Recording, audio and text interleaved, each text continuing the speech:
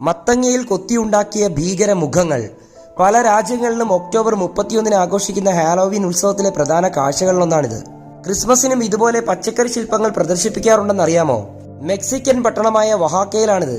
ഇത് മത്തങ്ങയിലല്ലെന്ന് മാത്രം, മുള്ളങ്കിയിലാണ് അല്ലെങ്കിൽ റാഡിഷിലാണ് ഇത്തരത്തിലുള്ള രൂപമാറ്റങ്ങൾ വരുത്തുക.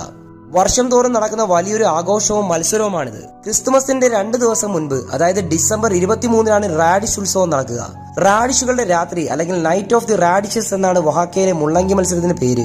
കൊത്തുപണി നടത്താനുള്ള റാഡിഷ് ഒരാഴ്ച മുന്നേ റെഡിയാക്കും. സാധാരണയിലേറെ വലിപ്പമുള്ള റാഡിഷുകളാണ് ഇതിനായി തയ്യാറാക്കുക. പച്ചക്കറി വാങ്ങാൻ വരുന്നവരെ ആകർഷിക്കാനായാണ് ആദ്യകാലത്ത് ഒഹാക്കയിലെ വിൽപ്പനക്കാർ റാഡിഷ് ശില്പങ്ങൾ കൊത്തിവെച്ചത്. ഇത് വൈകാതെ സൂപ്പർ ഹിറ്റായി. ശില്പങ്ങൾ കാണാൻ മാത്രം ആളുകൾ ചന്തയിൽ വരാൻ തുടങ്ങി. അത് കണ്ടപ്പോൾ ഒഹാക്കയിലെ മേയറായിരുന്ന ഫ്രാൻസിസ്കോ വാസ്കലോൺസിസിന് ഒരാശയം തോന്നി. ഇത് വർഷം തോറും നടത്തിയാലോ? അങ്ങനെ 1897 മുതൽ മുള്ളങ്കി ശില്പ മത്സരം ആരംഭിച്ചു തുടങ്ങി.